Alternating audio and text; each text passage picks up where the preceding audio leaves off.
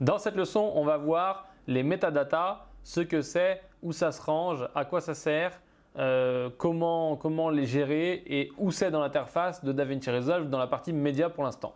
D'abord, je dois t'expliquer ce que c'est les métadatas. Mais qu'est-ce que c'est les métadatas? Donc les métadatas, c'est la carte d'identité du rush, c'est son nom, le timecode de début, le timecode de fin, le nombre d'images par seconde, le nombre d'images totales et d'autres informations qui sont dépendantes de la caméra utilisée, etc., etc.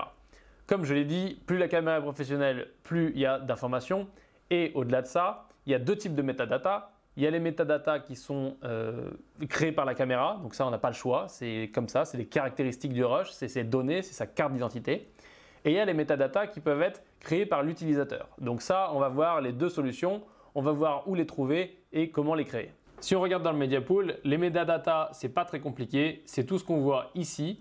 On va regarder rapidement ce que nous on a dans notre liste. Donc on a le nom du fichier, ensuite on a le nom de la bobine. Donc là, le nom de la bobine, si tout simplement tu tournes avec une caméra professionnelle de type RED, Alexa ou même une Blackmagic, tu vas avoir au début un truc qui s'appelle un identifiant. Donc ça va être 0, 0, 1 et au début tu auras une lettre et cette lettre c'est la lettre de la caméra. Donc tu auras la caméra A et la bobine, donc la carte A001. Donc ça va être une carte qui va s'appeler A001 et quand tu changeras de carte parce qu'elle va être pleine, la deuxième carte va s'appeler A002 si elle est sur la caméra A et si c'est la carte 2. Sinon, elle s'appellera B006 si c'est la carte 6 et que c'est la caméra B. Voilà. Ensuite, si on regarde dans les autres métadatas, à côté tu as le TC de début, donc le timecode. Et donc là, tu vois la différence entre les rushs de RED, donc de caméra professionnelle, et le Phantom. Tu vois que certains n'ont pas du tout de timecode puisque les appareils ne génèrent pas de TC. Ensuite, tu as la durée en images,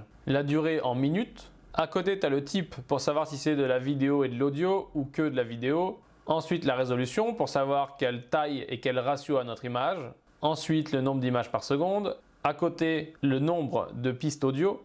Ensuite, la destination, donc l'endroit dans lequel notre rush est rangé. Donc là, tu vois qu'il est rangé sur H dans Phantom 4 et donc après, on a le nom du rush. Si on se déplace un petit peu, ici, tu as les formats. Donc là, dans ce cas-là, format, c'est les conteneurs parce qu'on peut voir QuickTime, DNG et RED. Après, tu vois qu'on a les codecs. Donc là, on a du H264, du RED, du DNG, encore du H264, du JPEG et de la VCHD. Donc là, tu vois, c'est les métadatas qu'on a par défaut et c'est les informations qui sont affichées par défaut avec les colonnes par défaut dans DaVinci. Maintenant, ça, tu pourrais avoir besoin d'autres choses. Si par exemple, tu es en train de regarder des séquences, les séquences, tu ne vas pas avoir besoin de savoir le codec puisqu'on ne va pas te dire le codec d'une séquence puisqu'une séquence contient des images.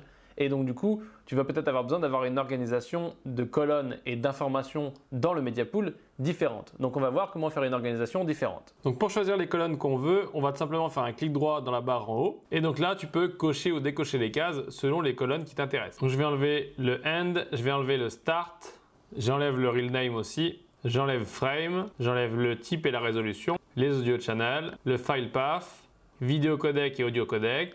Par contre, ce qui m'intéresse, c'est les médias optimisés. Le clip color, le flag, les descriptions, comment, keywords, le good take aussi, le H et le V flip et pour finir le vidéo codec. Donc là j'ai coché tout ce qu'il me faut, c'est parfait. Je regarde rapidement, il y en a de partout dans tous les sens. Donc maintenant on va réordonner les colonnes, donc il suffit de sélectionner une colonne et de la déplacer. Le flag on le met à côté de good take, ensuite le clip color. On le met ici, ensuite média optimisé. On déplace vidéo codec à côté de média optimisé. À côté, on met FPS puisque ça aussi c'est des informations techniques. Et donc là, si on regarde, on a le nom, la durée, oui ou non, est-ce que c'est une bonne prise, la couleur du drapeau, la couleur du clip sur notre timeline, la description, les comments et keywords. On a trié nos colonnes, on a tout réorganisé et adapté comme nous on le souhaite pour pouvoir le retrouver comme ça à chaque fois. Et donc maintenant, ce qu'on va faire, c'est qu'on va le sauvegarder puisque sinon, on va tout refaire à chaque fois puisque ça ne va pas être sauvegardé. Et donc, on va sauvegarder un preset qu'on retrouvera la prochaine fois. Pour sauvegarder, il nous suffit de faire un clic droit dans la barre du haut. On va tout en haut sur Create Column Layout. On lui donne un nom. Et donc maintenant, on peut revenir en arrière et décocher toutes les colonnes. Voilà, on fait un petit peu n'importe quoi. Ensuite, on refait clic droit. On va sur Montage, Rangement et on fait Load. Et donc là, tu peux voir qu'il nous charge exactement le pré-réglage qu'on avait fait. On a fini de faire nos réglages, on a enregistré notre preset. Donc maintenant, à chaque projet, on va pouvoir ressortir ce preset et ce sera très pratique. Bien entendu, tu peux en faire d'autres qui sont adaptés à différents besoins pour différents types d'affichage et les ressortir quand tu en as besoin. Donc, ce qu'on va faire, c'est que je vais séparer cette leçon en deux, même si ce qui vient après, c'est les métadatas toujours, mais on passe à la partie non plus contrôle des affichages, mais à la partie metadata utilisateur. Donc, c'est-à-dire que dans la leçon suivante, on va nous incrémenter, donc rentrer des métadatas. Donc, par exemple, dans la colonne description, dans la colonne keywords, etc. On va mettre nos propres métadatas pour commencer à faire du tri. Donc, c'est parti, on voit ça dans la leçon suivante.